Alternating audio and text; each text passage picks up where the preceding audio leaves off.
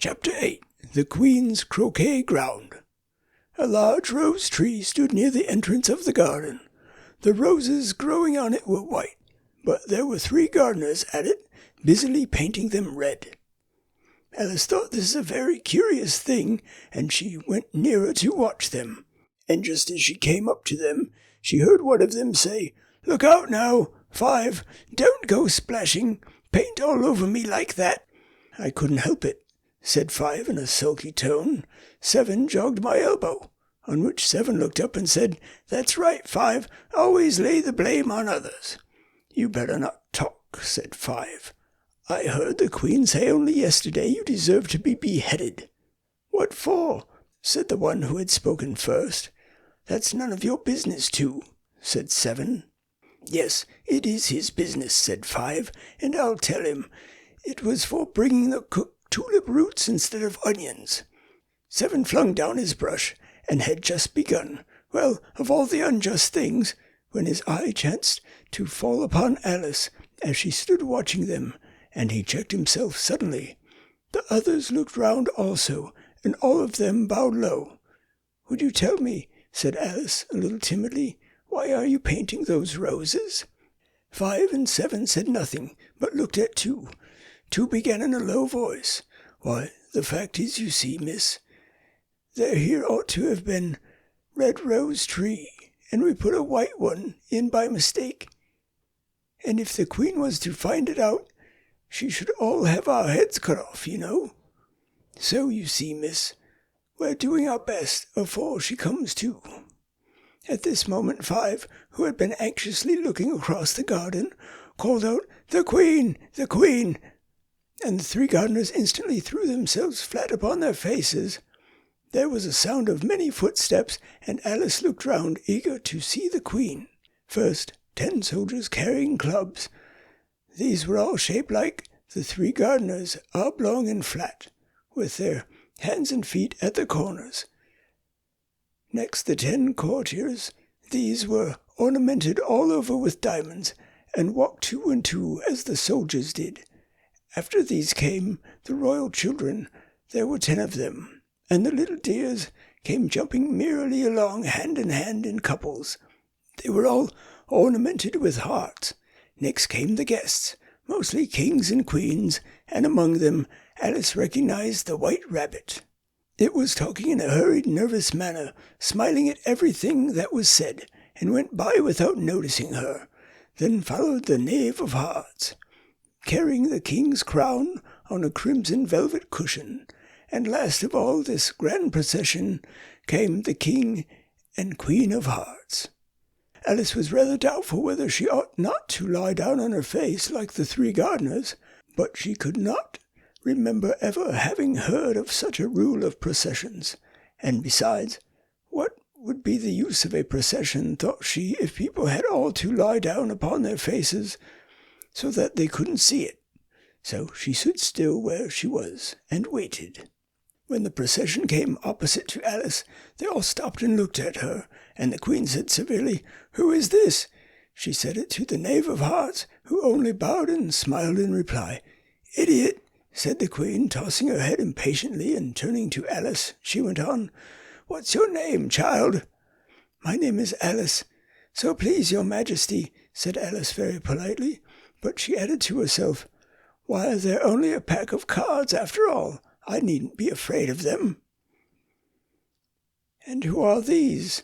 said the Queen, pointing to the 3 gardeners who were lying round the rose tree, for, you see, as they were lying on their faces, and the pattern on their backs was the same as the rest of the pack, she could not tell whether they were gardeners, or soldiers, or courtiers, or 3 of her own children.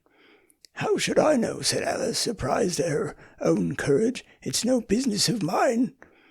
The Queen turned crimson with fury, and after glaring at her for a moment like a wild beast, screamed, "Off with her head! Off!" "Nonsense," said Alice very loudly and decidedly, and the Queen was silent. The King laid his hand upon her arm and timidly said, "Consider, my dear, she is only a child." The Queen turned angrily away from him, and said to the Knave, "Turn them over." The knave did so very carefully with one foot. "Get up," said the queen in a shrill, loud voice, and the 3 gardeners instantly jumped up and began bowing to the king, the queen, the royal children, and everybody else. "Leave off that," screamed the queen. "You make me giddy." And then turning to the rose tree, she went on, "What have you been doing here?" "May it please your majesty," said two, in a very humble tone, going down on one knee as he spoke, "we were trying—" "I see," said the queen, who had meanwhile been examining the roses. "Off with their heads," and the procession moved on, 3 of the soldiers remaining behind to execute the unfortunate gardeners, who ran to Alice for protection. "You shan't be beheaded," said Alice, and she put them into a large flower pot that stood near. The 3 soldiers wandered about for a minute or 2 looking for them, and then quietly marched off after the others. "Are their heads off?" shouted the queen. "Their heads are gone, if it please your majesty," the soldiers shouted in reply. "That's right," shouted the queen. "Can you play croquet?" The soldiers were silent and looked at Alice as the question was evidently meant for her. "Yes," shouted Alice. "Come on then," roared the queen, and Alice joined the procession, wondering very much what would happen next. It's a very fine day," said a timid voice at her side. She was walking by the white rabbit, who was peeping anxiously into her face. "Very," said Alice. "Where's the duchess?" "Hush, hush," said the rabbit in a low, hurried tone. He looked anxiously over his shoulder as he spoke, and then raised himself upon tiptoe, put his mouth close to her ear, and whispered, "She's under sentence of execution." "What for?" said Alice. "Did you say what a pity?" the rabbit asked. "No, I didn't," said Alice. "I don't think it's at all a pity. I said, what for?" She boxed the queen's ears. The rabbit began. Alice gave a little scream of laughter.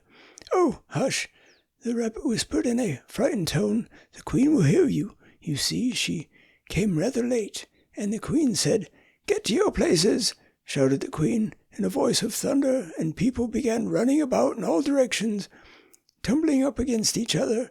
However, they got settled down in a minute or 2, and the game began.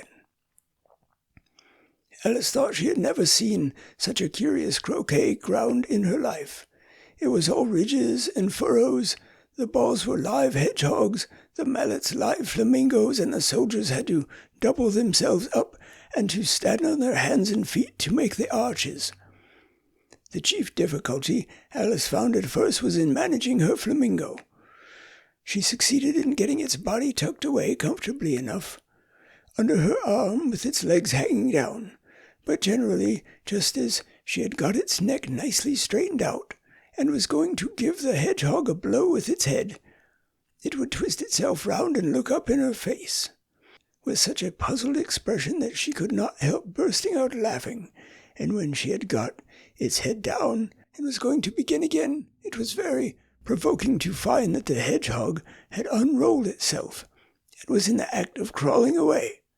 Besides all this, there was generally a ridge or furrow in the way wherever she wanted to send the hedgehog to, and as the doubled-up soldiers were always getting up and walking off to other parts of the ground, Alice soon came to the conclusion that it was a very difficult game indeed.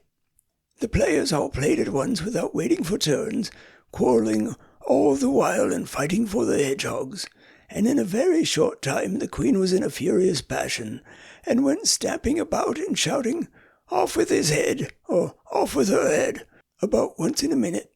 Alice began to feel very uneasy. To be sure, she had not as yet had any dispute with the queen, but she knew that it might happen any minute.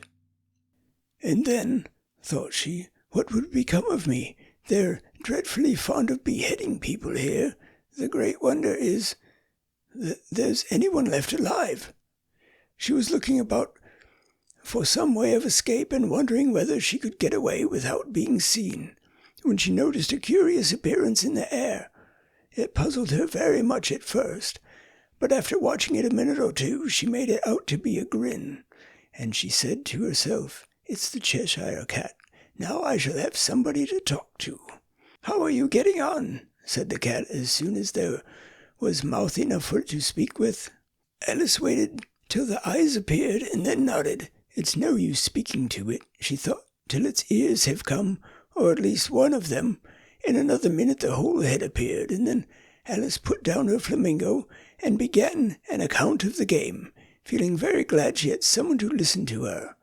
The cat seemed to think that there was enough of it now in sight, and no more of it appeared.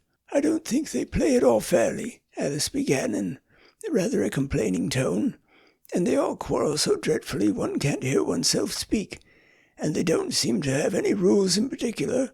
At least, if there are, nobody attends to them. And you've no idea how confusing it is, all the things being alive. For instance, there's the arch I've got to go through next, walking about at the other end of the ground. And I should have croqueted the Queen's hedgehog just now, only it ran away when it saw mine coming." "How do you like the Queen?" said the cat in a low voice. "Not at all," said Alice. "She's so extremely—" Just then she noticed that the Queen was close behind her, leaning, so she went on, likely to win, that it's hardly worth while finishing the game. The Queen smiled and passed on. "Who are you talking to?" said the King, going up to Alice and looking at the cat's head with great curiosity. "It's a friend of mine, a Cheshire cat," said Alice.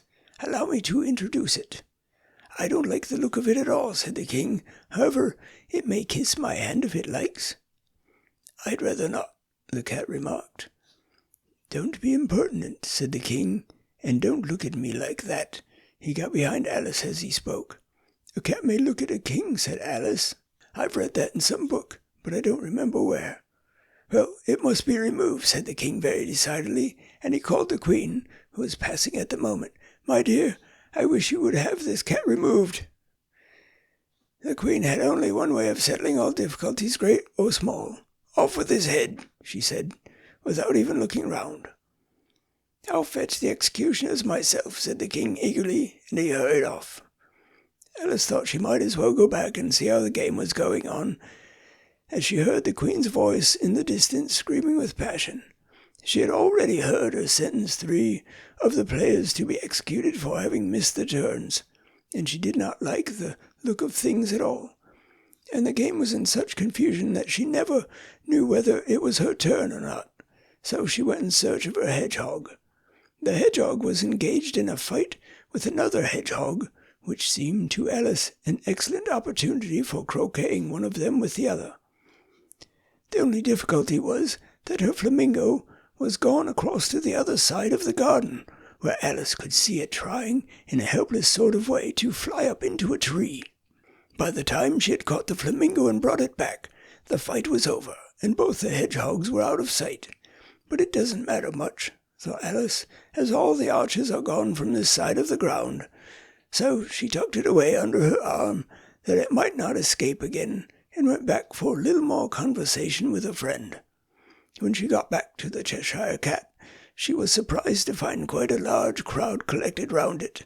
There was a dispute going on between the executioner, the King, and the Queen, who were all talking at once, while all the rest were quite silent, and looked very uncomfortable.